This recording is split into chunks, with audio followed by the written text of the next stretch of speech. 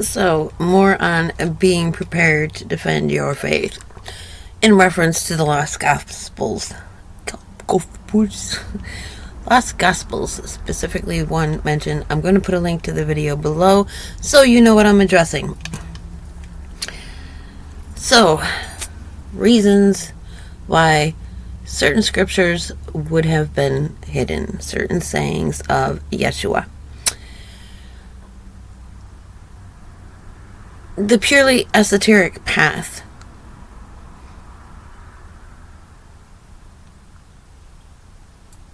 You watched the video. It mentions gatekeepers. That is the whole role of Satan, of Satan. He's the head gatekeeper. Turn away those who are not prepared. When you read through Jubilees, the discussion was, Noah's speaking to Yahuwah. Man, these gatekeepers, they just keep harassing and making things worse here. Can you please, my descendants, my family, my grandchildren, let them not be pestered by them. Things are hard enough developing on your own without help from the devil. Constantly pestering you, testing you, pushing you to identify yourself and claim yourself. And so Yahuwah says, okay. He says to the one that we refer to as Satan, he says, all right, I'm going to go lock up all these. He says, but I need people to help me accomplish my works, do this job. He says, okay, I'll leave you 10% of them. You got 10% to continue in your work. Agreement made. Ta-da. Now, when it comes to the gatekeepers, it's very real to me. I didn't know how to identify it. I didn't know what was going on when I was very young. I don't know, pubescent. That'd probably be the time for it, because your body's going through changes. You're about to embark on a journey with new aspects, your character's broadening into the realm of romance, sexual attraction, and all of that. So call in the gatekeepers. And I remember very young being caught on the edge of sleep, and these faces all around me, like voices, and they weren't intimidating. They were just tossing accusations at me, like, oh, you're this, you're that. And I'm like, no, I'm not. There is not one part of me, not one cell in my body. My gut was strong and firm on this. It was not cringing, like, oh my God, yeah, no, I was like, no, I am not. Even before I could get the thought out to defend myself and present evidence as to why, it was accepted. And one by one, they all disappeared. And, I woke up and I walked through life feeling lighter. And then,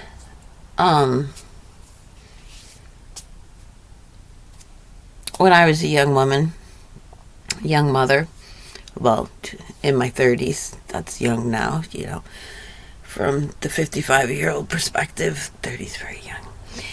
But I had gone through the cult recovery, okay, I'm reopening my intuitive senses, my sixth senses, into the etheric realm. I'm going to do it. But I'm doing it. Number one, I am not worshiping just any spirit. No.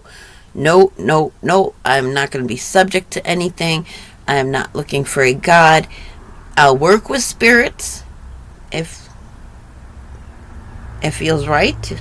I'm seeing this as a good thing. But if it's no, they're not going to have any authority over me. There's not going to be anything cast on me. No. And then the strong desire, the prayer. Let the cycle of abuse from both sides of my family, abuse on every level, spiritual, physical, sexual, emotional, intellectual, every level of me had been violated from both sides of my family, just in different ways.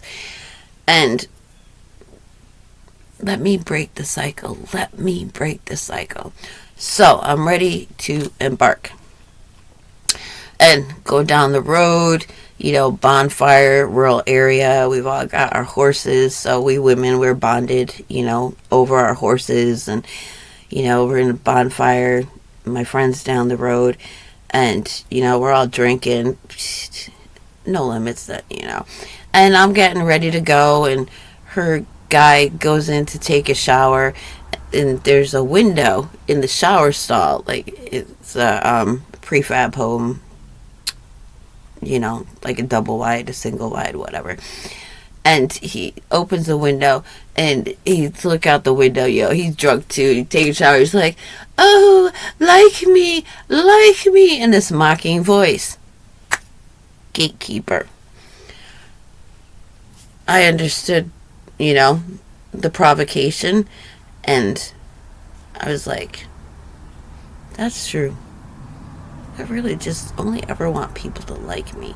I get that cringe in the gut because I can sense the judgment and their reaction, their response to my simple existence, my perspective. Oh no, I'm homeschooling my daughter this year. Oh, like, you can see the thought process go through the other mother's head, like, oh, that's nice. Oh, I should probably be doing it too then. If that, like, yeah, I know what's happening in school, but I can't do that. I can't do that. This woman, I hate feeling this way about myself. Like, I'm making bad decisions. I have to get this woman away from me. So she pushes me away, like, intense hatred. Of course I want people like me. I don't want intense hatred, being projected at me. I don't have no faith to stand in. All I know is, like, I have this perspective and people do not like it. So I did. It was very people-pleasing. And so I went home and I reflected that, and I became more of a warrior. That's when I got into, constitutional law and constitutional rights, and, the militia and the oath keepers. I ended up hanging out with the oath keepers, putting up, with the head of the Jewish Preservation for Arms Society, going out at shooting ranges to establish them, because the law up in Montana was about to change, and we could grandfather them in if we put up targets in these areas that were going to be illegal to have firing ranges, within a matter of days. So that's where I went. It's sovereignty. I'm all in for personal sovereignty, man. Like, that's the basis for which our country was founded. Sovereign citizens, into all that. So that gatekeeper did its work. Boom. I'm out the gate. I don't care if nobody likes me. I was published on all kinds of websites, contrasting this, contrasting that. Feminists loved my article about my experience with, you don't want men to open the door for you. I open the door for men. I open the door for older people. I open doors for children. Why can't men open doors for everybody but you? Maybe they just open doors for everybody like I do. And they're like, whoa, that changed my perspective. Thank you. I mean, I was making an impact. I was going at it. And then I got into the law of attraction, and I'm going at it, and I am working. Like, it is working. I am growing. I am evolving. I am expanding. And I left the New Age movement because I didn't care about angels and all that. The human walk. How do I help people in their day-to-day? That's angel stuff, like upgrading my DNA, all of that. This does not serve me and serving the people. It doesn't make my life easier. It doesn't make it more pleasant. I can think positive thoughts, retrain my neural pathways, feel like I'm standing on top of a mountain with a cool breeze and free as can be. But then I gotta face reality, and the reality of people around me who are miserable and looking for answers. like, call on an angel. They'll get you spiritually high for 5 minutes and you'll feel really good for 5 minutes. Learn to elevate your vibration and woo, those spirits, they can't catch you.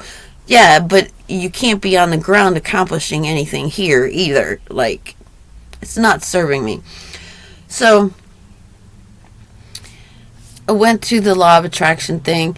I got the white stone stamped into my forehead, the scroll in, the living scroll in one eye, and then, whatever this spirit entity from having programming in my other eye, because one eye projects and one eye, interprets. And so that was changing about me. You can see my left eye is broader. Like, I could raise that eyebrow by itself, but I can't raise that. There's different functions going on here.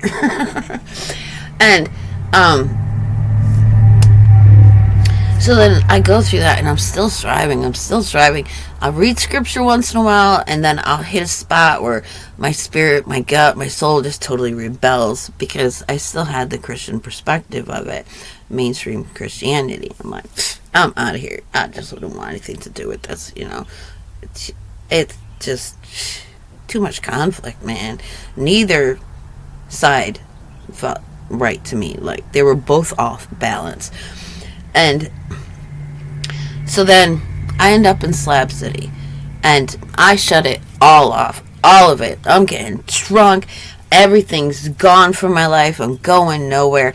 Every understanding, every experience is meaningless. And then I woke up one day, and no, it was New Year's Eve. I'd been isolated for a while, selling my soda and stuff like that. I closed down, go to the range, it's New Year's Eve. And I'm just like, okay, there's the guy who tried to dose me. He had to come to me. He's, people hanging out who would come to my camp when I first got there, they'd end up naked at the hot springs, not knowing how they got there, and robbed at everything. Like, how did this happen to me? Oh, the guy came and told me, oh, by the way, 3 years ago, it was me. I was asked by this guy who provided him his drugs to try and dose you so that Abel could come rape you. And so that guy who had tried to dose me and admitted it to my face is sitting there next to the guy who just ghosted me. And I know I was led by spirit to pursue a respond in a positive manner to the relationship. But he'd do things that I'd be like, I'm not comfortable with that. And he'd throw a fit, and it was big drama.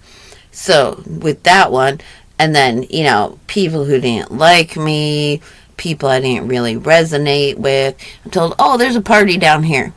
We're having a big block party. Come on down. The only block partying going on was the guy who raped me with a woman who hates me. And I just stood my ground. I was like, it is not going to happen again this year. I am not going to be nice to you because the community tells me, because they did. When I come out and I said he raped me, the community's like, well, if you can't get along with him, you can't come here. And these places where I went for resources, where I got a sense of being part of the community, they meant a lot. So, I befriended him, I dropped the whole thing, and blah, blah, blah. But no, that New Year's Eve, I walked towards that fire, and they're like, who's that? And I flicked up the top of my hat, because I had a cap on, so he could see my face, and I went at it. And that girl who usually doesn't like me is like, no, Autumn, because that's what I was called there. And she's like, no, Autumn, you're doing so good, don't do this, And then it turned out he tried to rape her. She didn't happen to be home, but he put his fist through her window, and she finally figured out, oh, he is like that. But I went from that to the next place, which is the Red Rum Room, and this woman, she's all like, we always got along, but I knew that she was friends with the dude who raped me. And she's all sloppy drunk, and she's on the counter. She's like, why did you betray him? He's such a good guy. And she redheaded and fiery. You could see her start to gear up. And I'm just like, I can't do this. So I went home, and I said to myself, you know what? All this work I did, and this is what life has for me. I'm done. I'm a sovereign being. I'm finishing it. Tomorrow morning, I'm going, I'm doing it.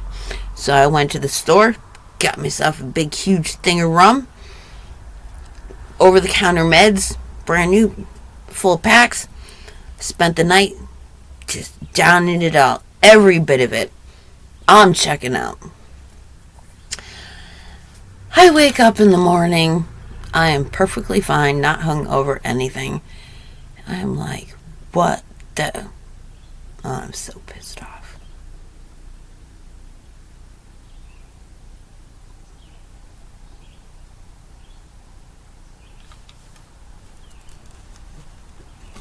What do you do with this? So I was in a neutral state. I had no feeling, no thought for a couple of days except stay away from me. I'm really angry. And then I started to get perceptions of myself, my qualities, that were good.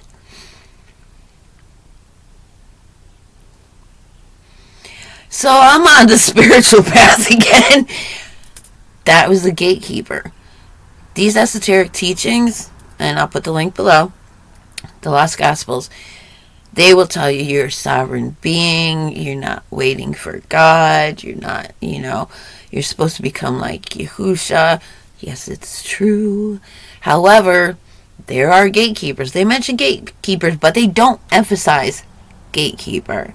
They mention God, but they don't mention you got to become subject to Yahuwah.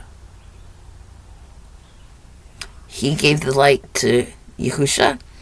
Yahusha was the light underneath the throne. That saying kept, what's that light? And Yahuwah said, that's the light that's going to destroy you. That's the one that's going to, your job will be over. You're going to be sent into the fire of transformation. But this is all Satan knows. Like, what do you mean? Like, in every single one of us, when we're presented with change, like, your personality is going to change. Well, what's it going to be like? Like, I have coping skills. These are familiar. They worked for me, okay? I survived childhood. I survived, as much adulthood as wherever I am when this question arises. Like, people don't want to change. Some guy, he figured out, put, metal wire to a metal stake in the ground, especially copper's good for it, line a sleeping mat with it, and you're connected to the earth's electrical pulse, the Schumann resonance, your body heals itself. And they tested it up in Alaska, and the woman's like, no, okay, you gotta take this away. It is healing me, but I'm handicapped. I'm gonna lose my benefits. I don't know what I'm gonna do. I don't know who I'm gonna be after this. You need to take that away. Not everybody wants healing. They don't want to take that step. They are too afraid of the unfamiliar. And don't you think Satan probably has the same fear of that fire? There's going to be self-reflection. Like, why did I find so much joy in this? Why would I, if I want my Creator's approval, I will support what my Creator supports. You have a friend, you're going to support them in what they're trying to achieve, their goals. If you have a spouse, you're going to try and support them. You want your wife to have everything she needs to feel like a capable wife. You want your husband to have everything he needs to feel like a capable husband. That's what you do. Satan doesn't know that yet. So he thinks, oh, that's it. I'm disapproved of. I'm being set into a fire. Well, I'm going out with a bang, and I'm taking all of these things that Yahuwah loves with me. Right? So, they just briefly mention the gatekeepers. They just briefly mention God. And they just briefly mention Yahusha. So, that is the danger of those scriptures. And that's probably why they were prevented from those who are not further along in their journey. Because you end up like me, pursuing that which, if that was the route that I had to take. Like, King Solomon. Have to go through it, experience everything, and then come to the conclusion. There's nothing worthwhile except pursuing Yahuwah. That's it. And so, that is my defense about these things. And they contain things like, Christians are like struggling with what does he mean that he's going to make her a woman? There's no marrying or being given in marriage in the resurrection. Like, the beliefs out there that you're going to become non-gendered, like the gray so-called aliens. No. What it means is, like I've expressed in other videos, I identify as a wombed man. I am just as divine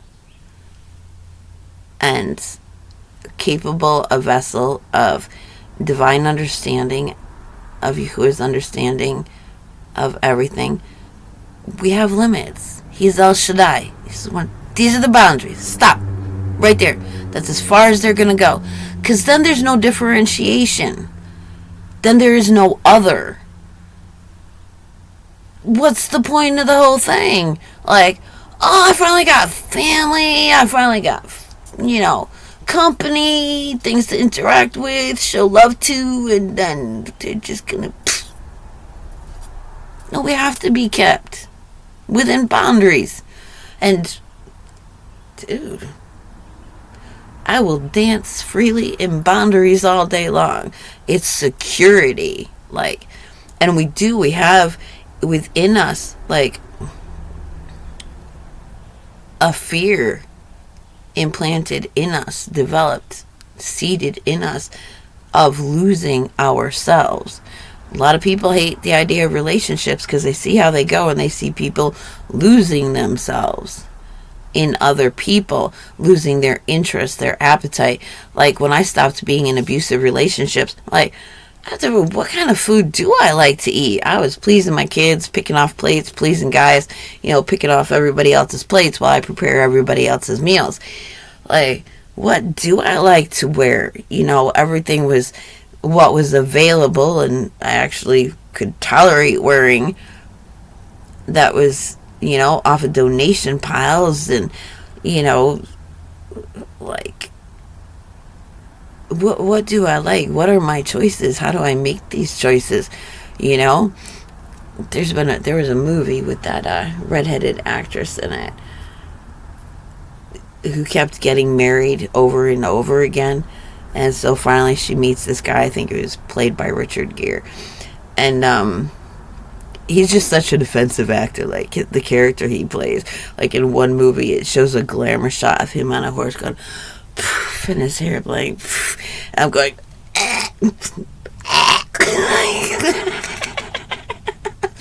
I think he was playing King Arthur or something like that. It was so stupid. Yes, I digress. It's part of the journey.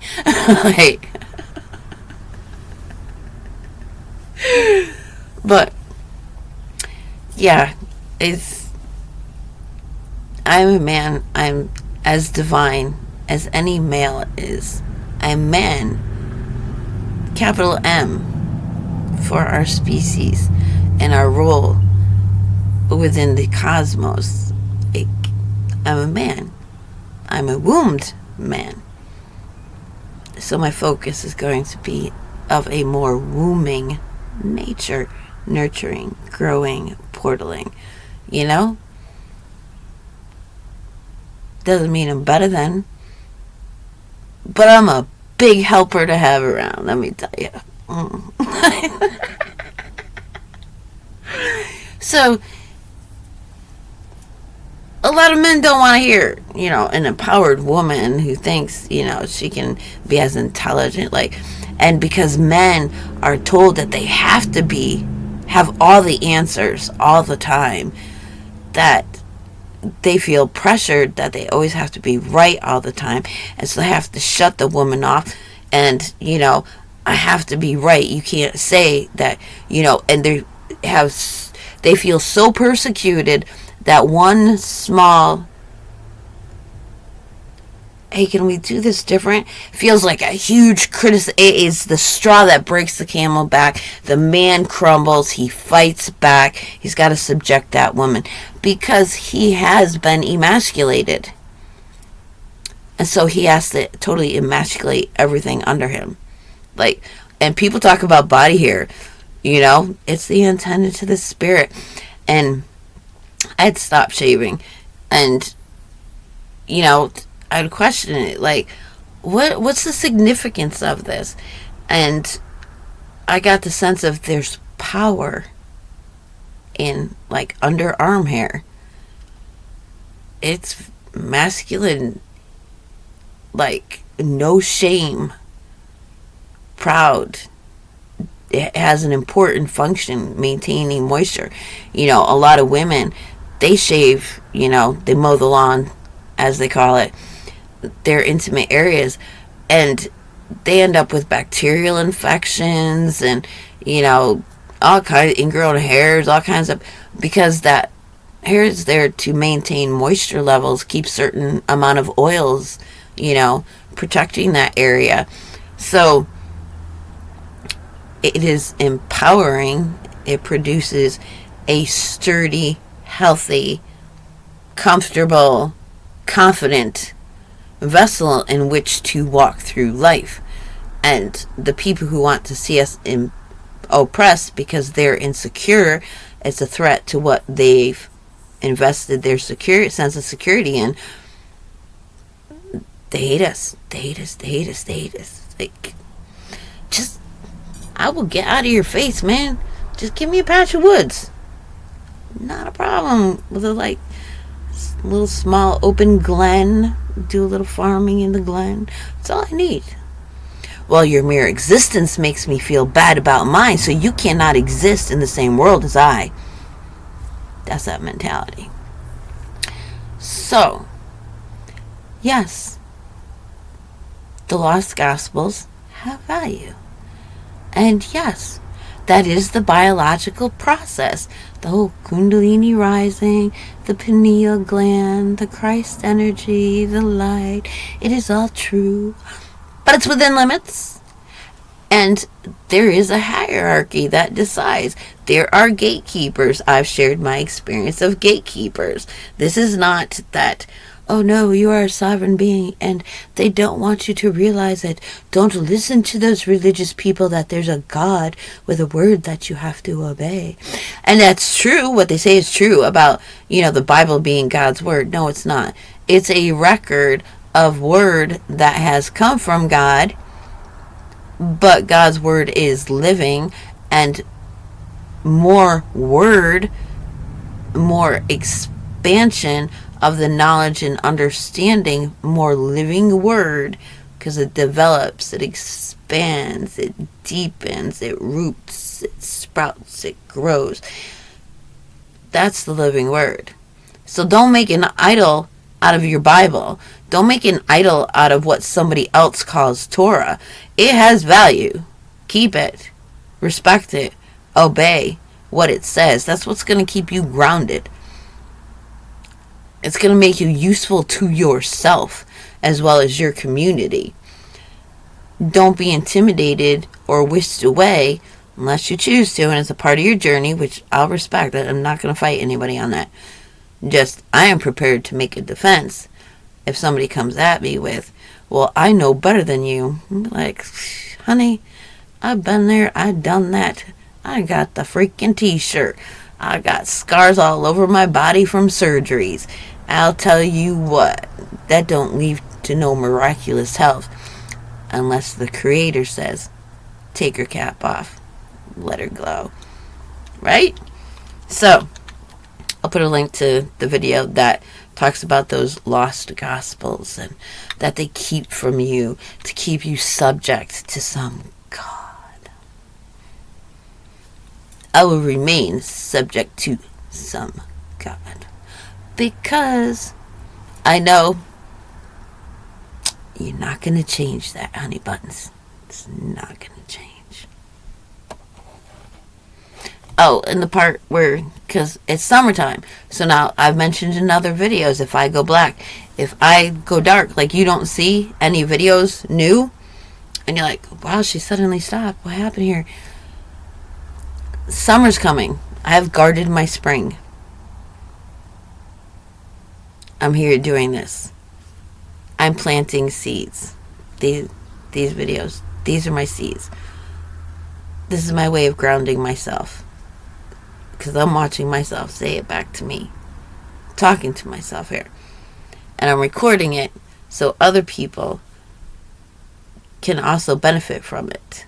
Planted the seeds. Let's see how they grow over the summer. So if I don't make any more videos, it's because I'm out of internet range. The way it's looking is like I'm going to have to go back to not being in this one place where I have somebody who's always looking out for like my best interests, like who's right next door, that I'm maybe amongst strangers again, fending for myself, like taking a deep breath and pray, Yahuwah, I've done this before. I know it's gonna go better now because I understand what's going on in my life, but there are fields to be tended to, and apparently that would be a reason why if you don't see any new videos, it's because I'm out working the fields. Nothing bad happened to me. If it did, yay, I'm sleeping. She's just sleeping. Yahusha, come wake me up. Give her something to eat. I'm trying to think of my favorite foods. When my whole body has shut down, like digestive system, everything, like doctors were, and then they made a commitment to that small, still voice inside me, and all of a sudden my body sparked back to life, and like the doctor's like, you are a miracle. Do you understand this does not happen? Your entire digestive system was dead, Flash. Like, there was no response. We were surprised you were breathing every day. But it fired back up. And they're like, well, what's your favorite food? Like, cheesecake popped into my head. So, one of the nursing assistants, she bought me the cheesecake and she brought it in. She's like, I gotta watch you eat this. Because I was NPR, nothing by mouth. They wouldn't let me suck in an ice cube, chew gum, suck a can, nothing. My mouth had nothing coming into it with taste for months and months. I was a skeleton. I looked like something that come out of, concentration camp with just skin on bone. And so watch me eat the first bite of the cheesecake. I about passed out. She said, your eyes rolled up in the back of your head. So, that was the most fun she had, watching me eat something for the first time after rising, resurrecting from the dead. Just about dead, the edge of death. So, yeah, if you don't hear from me, nothing bad's happened. Don't sweat it. Send prayers of thanks that I was blessed with the ability to leave this behind, to encourage others on the journey. And just know, no matter what happens, I'll probably be eating cheesecake.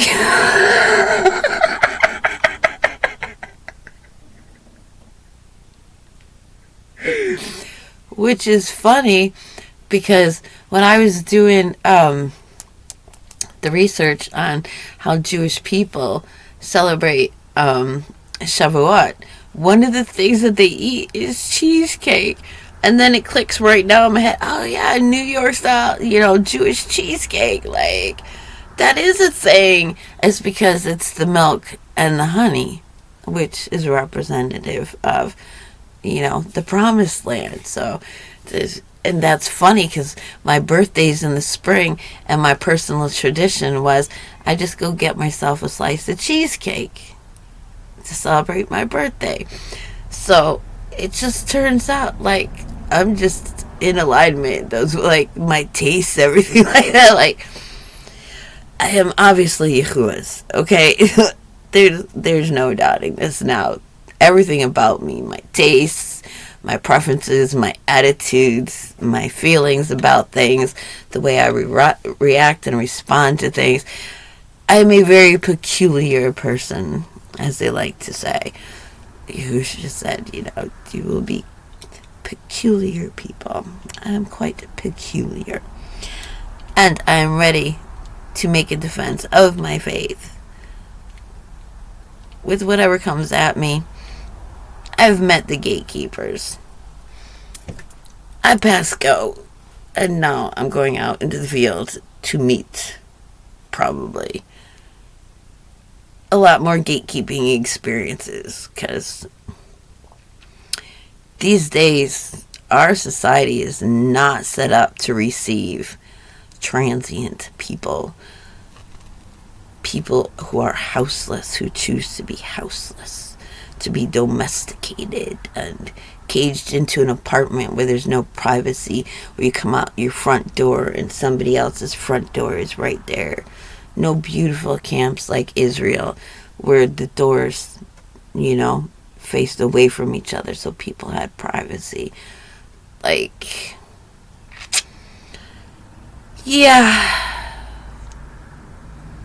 Could be a way we go. Or I could end up in one spot, in one place, and be just fine.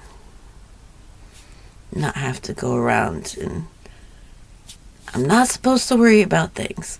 But that would be a gatekeeping experience. How afraid am I going to be to just drive down the road and worry about, am I going to be harassed by police? Is places going to be closed? Are people going to be chasing me off? Yeah. Oof, oof, oof. Go, girl. Go, girl. You got this. You got this. Don't do that to me. I don't like it. I'm not comfortable with it. I'm just going to pray about it. I always come out feeling better if I do that. So there you go. Link below. The Forbidden Gospels. Now you know.